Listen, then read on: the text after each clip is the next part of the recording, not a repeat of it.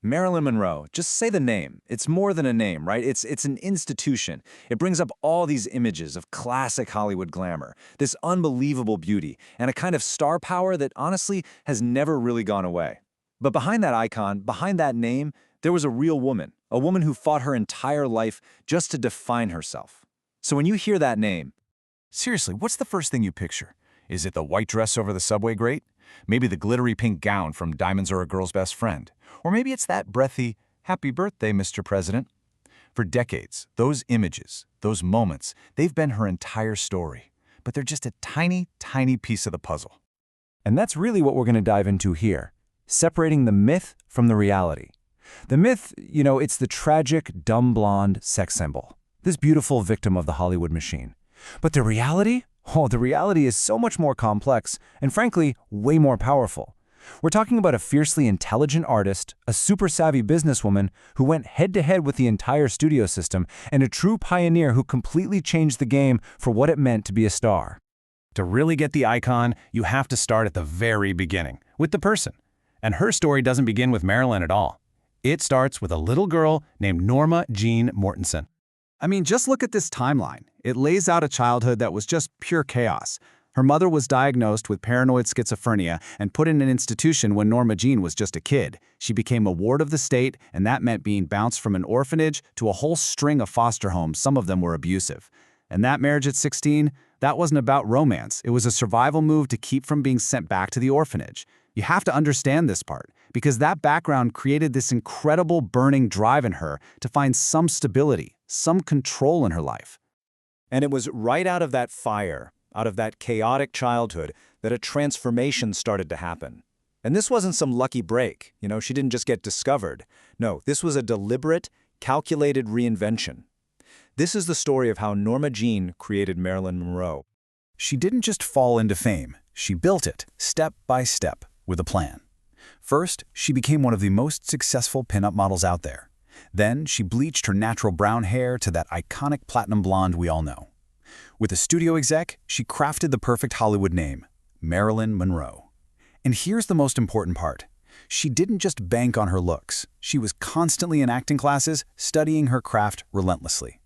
This was her blueprint, and she executed it perfectly.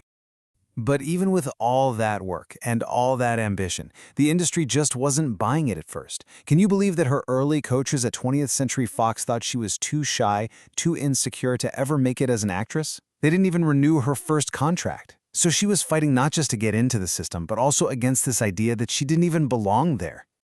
And that brings us to the real battle of her career. Because after she broke through, after she became this massive superstar, she found herself trapped in this beautiful golden cage, and she would spend the rest of her life trying to fight her way out. Okay, so picture this. It's 1953, and she is one of the biggest movie stars on the planet. She's headlining huge hits like Gentlemen Prefer Blondes. But, and this is a big but, she was stuck in an old contract she'd signed years earlier, back in 1950. That meant she was getting paid way, way less than other stars at her level, and she had zero say in her roles. She was just constantly being pushed into playing that bubbly, ditzy blonde she was so desperate to get away from. You can see the battle lines drawn right here. On one side, you have Marilyn's demands. She wanted creative control, the power to approve scripts, to pick her directors, and a salary that actually reflected her box office power. And on the other side, you've got the studio, who wanted to keep her right where she was, in those profitable but shallow roles, all under that old, cheap contract. When she finally refused to make another one of those movies, the studio just suspended her. They thought she'd give in. Well, she did not give in. Instead, she did something that was, for the time, absolutely revolutionary. She declared her contract with Fox was void, and then, with her friend Milton Green, she formed her own independent production company, Marilyn Monroe Productions. Now, you gotta understand, in an era where studios literally owned their stars, this was a direct shot at the entire system. It was unheard of. The press made fun of her, but she was building her own empire. And guess what? She won. By the end of 1955, Fox realized they needed their biggest star back, and they came to the negotiating table.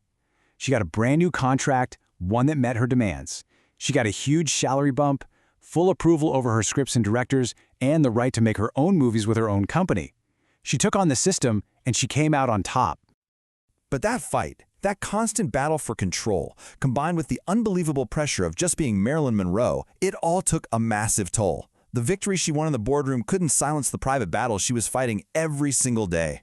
Yeah, winning came at a huge price. She had crippling anxiety about performing and chronic insomnia. You know, her reputation for being late on set, that wasn't some diva trip. It was often a direct result of that anxiety and her need for her acting coach to help her get through scenes. And to cope with all that stress, she started relying on barbiturates and amphetamines, a dependency that would tragically get worse and worse over time. This is why her legacy is so much bigger than just the sex symbol label. When you really look at it, you see all these other parts of her. She was a business pioneer who took on a giant corporation and won.